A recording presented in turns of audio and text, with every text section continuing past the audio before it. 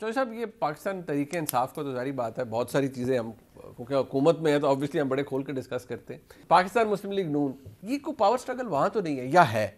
نہیں، وہاں پہ چار لوگ آ گئے جی فلانا سازش کر لا. دو کنسنسز ہیں پاکستان مسلم لیگ نون کے اندر. پہلا کنسنسس تو یہ ہے کہ لیڈر ان کے نواز شریف ہی ہیں، اس میں کوئی شک نہیں. ووٹ بینک بھی نواز شریف کا ہے. یہ ہو نہیں سکتا کہ میاں شہباز شریف صاحب جو ہے نا اکیلے سولو فلائٹ لیں اور اس کے بعد پارٹی ان کا ساتھ دے اور پھر ووٹر ان کو ووٹ بھی دیتے ہیں. یہ ممکن نہیں ہے. یہ شاید خاقان عباسی صاحب پارٹی کی قیادت سنبھال لیں اور یہ مسئلہ حل ہو جائے، خواجہ آصف صاحب آ جائے. یہ ایسا نہیں ہو سکے گا. یا مریم صاحبہ اکیلی وہ پارٹی کو لیڈ کرنے اور میاں نواز شریف صاحب پیچھے نہ ہو، تو یہ ممکن نہیں ہے کیونکہ وہ پارٹی نواز شریف کی ہے اور لوگ نواز شریف ہی کو ووٹ دیتے. لہٰذا ایک کنسنسس یہ ہے کہ نواز شریف کو آپ 10 سال کے لیے ڈسکوالیفائی کر دیں، تا حیات ڈسکوالیفائی کر دیں، ان کے الیکشن لڑنے پہ، ان کے پاکستان آنے پہ پابندی لگا دیں. لیکن اس کے باوجود اگر پاکستان مسلم لیگ نون ہے تو نواز شریف ہے. یہ ایک کنسنسس ہے. دوسرا کنسنسس یہ ہے کہ وہ یہ سمجھتے ہیں کہ اقتدار میں آنے کا ہمارے پاس صرف ایک ہی طریقہ ہے کہ راضی کرو. تو وہ پورا کا پورا پارٹی جو ہے وہ راضی کرنے پہ لگی ہوئی ہے. اس میں کوئی ایک بھی شخص ایسا نہیں ہے سوائے پرویز رشید صاحب کے، جو خود میری طرح میرا خیال الیکشن نہیں لڑ سکتے بیچارے. پرویز رشید صاحب کے علاوہ کوئی بھی ایسا ایک بھی شخص ایسا پوری پارٹی کے اندر نہیں ہے جو میاں نواز شریف صاحب کو یا شہباز شریف صاحب کو یہ مشورہ دے رہے کہ لڑ پڑو. وہ سب کہتے ہیں کہ راضی کریں کسی طرح. راضی مطلب راضی کریں بس، جس طرح آپ نے راضی کر لیا تو اسی طرح نا وہ کہتے ہیں کہ راضی کریں. تو ایک دوسرا کنسنسس جو پوری پارٹی کے اندر ہے وہ یہ ہے کہ راضی کریں. اس کی مین ریزن ہے اس کی منیف صاحب، اور یہ ہے کہ اگر ساری پارٹیز کو دیکھیں تو Pakistan Muslim League Noon P T I سے پہلے اسٹیبلشمنٹ کی پارٹی تھی اور اس میں کوئی شک نہیں کہ اگر آج بھی اگر وہ پارٹی قائم ہے تو اسٹیبلشمنٹ کی مہربانی سے قائم ہے. اور اگر آج بھی وہ یہ کہیں نا سارے نکل جائیں تو آدھے تو فوری طور پہ پارٹی چھوڑ کے کہیں نہ کہیں چلے جائیں گے اور باقی جو ہے نا وہ سیاست سے تائب ہو جائیں گے. وہ کسی اور پارٹی میں نہیں جاتے تو بہت شریف لوگ ہوں گے جو کسی اور پارٹی کو جوائن نہیں کرتے، لیکن وہ سیاست کو چھوڑ کے گھر بیٹھ جائیں گے. لیکن ان میں سے کوئی ایک بھی شخص ایسا نہیں جو انکار کر سکے کیونکہ وہ ایک اسٹیبلشمنٹ پارٹی ہے اور یہ ایک حقیقت ہے جس کو ظاہر ہے جس کو نہ پارٹی انکار کر سکتی ہے، نہ لوگ انکار کر سکتے ہیں، نہ دوسری پارٹیز اس کو انکار کرتی ہیں. اب اس کے بعد ایک دوسری پارٹی بھی بن گئی پی ٹی آئی. اب یہ دو پارٹیز جو ہے نا وہ ایک ہی، آپ یہ سمجھیں کہ پیچھے جو ہے نا ایک ہی نظریہ ہے، ایک ہی نظریے کی دو پارٹیز ہیں.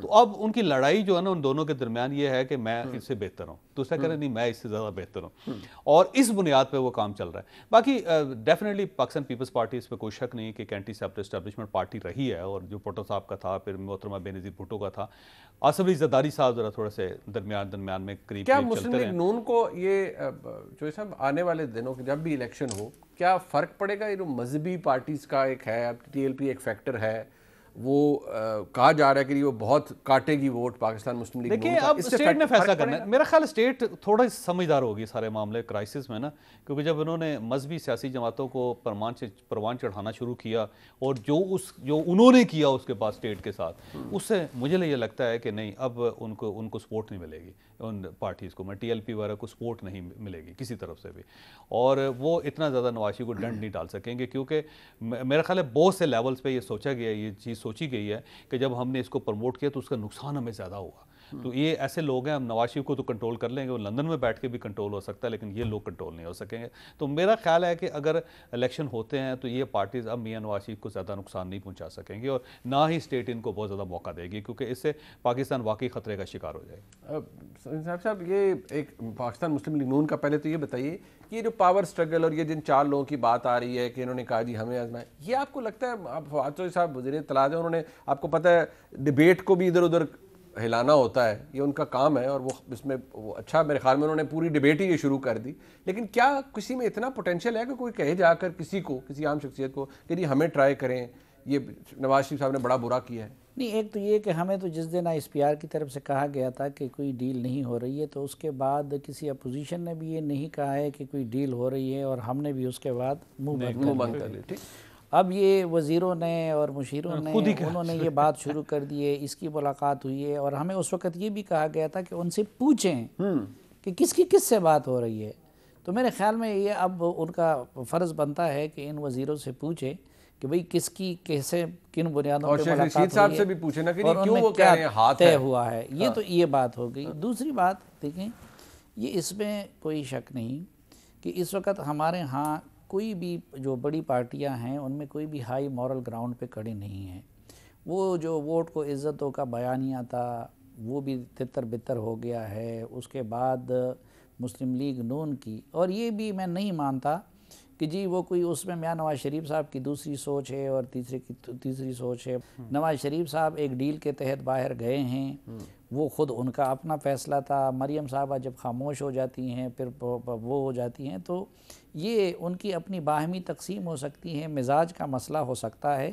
اور یہ بات بھی چودھری صاحب کی ٹھیک ہے کہ باقی سب اسی میں لگے ہوئے ہیں کہ جی کوئی بات بن جائے.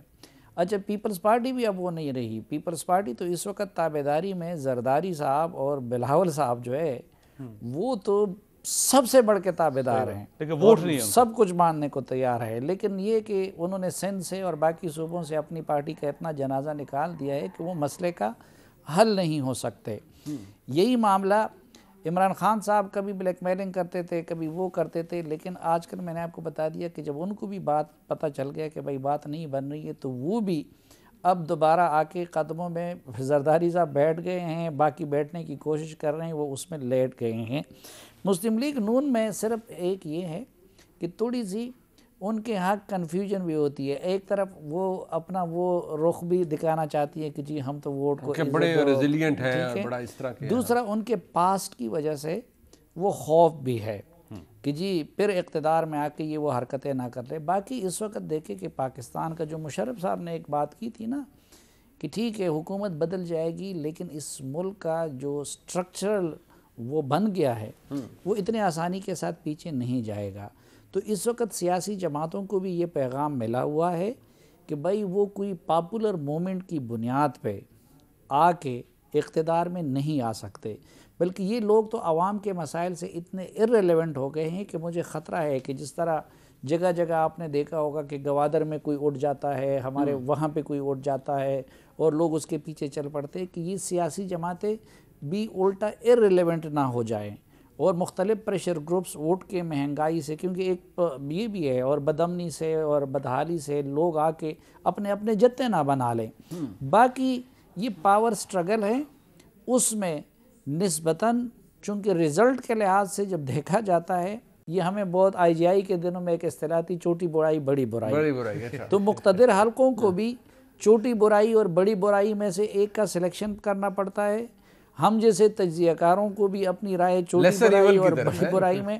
تو اب اس لحاظ سے اگر آپ دیکھیں تو اب تو ہمیں نیشنل سیکیورٹی کے اداروں کی طرف سے بھی بتایا جاتا ہے نا کہ اصل چیز اکانومی ہے, ہاں معیشت ہے. حالانکہ یہ حقیقت جو ہے وہ روز اول سے آتی, ٹھیک ہے, قدیم ادوار میں بھی. لیکن اب اکنامک انڈیکیٹر کے حوالے سے اگر آپ دیکھیں تو اس وقت نواز شریف کے دور کو لوگ نسبتاً بہتر سمجھتے ہیں. بٹ یہ کتنا بڑا, یہ چوہدری صاحب اس کے اوپر آپ بھی اور صافی صاحب بھی کامنٹ کیجیے گا کہ کتنی یہ بھی کتنا بڑا المیہ ہے کہ ایک جماعت وہ اپوزیشن میں جاتی ہے, کہتی ووٹ کو عزت دو, پھر خدمت کو ووٹ دو, وہ ایک کنفیوز بیانیہ آ جاتا ہے. عمران خان صاحب جس طرح بھی صافی صاحب نے کہا جی پہلے ہاتھ کسی کے گربان میں تو پھر پاؤں میں.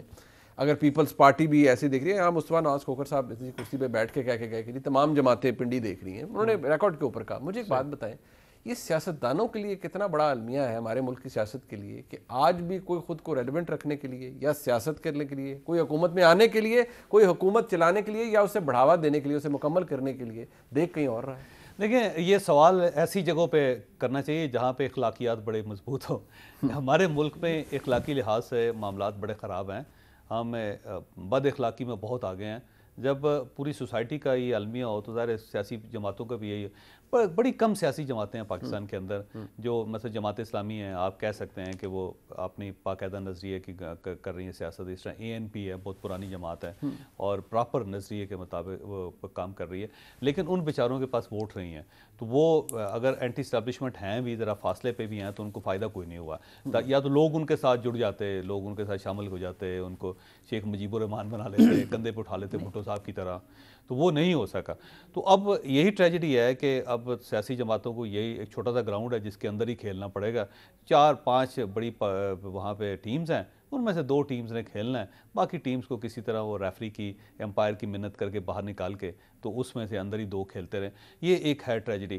تو میرا خیال ہے ایوالو ہو رہا ہے ملک اور اس پہ تھوڑا سا ٹائم لگے گا ہمیں. یہ ساری قوموں کے درمیان اسی طرح ہوتا رہتا تھا. کبھی ایک وقت ہوتا تھا جہاں پہ ایسے پاور زیادہ اسٹرانگ ہوتی تھی کہ جن کو لوگ منتخب نہیں کرتے تھے, لیکن آہستہ آہستہ پھر پرفارم کرتی گئی گورنمنٹ, سیاسی جماعتیں آتی گئیں,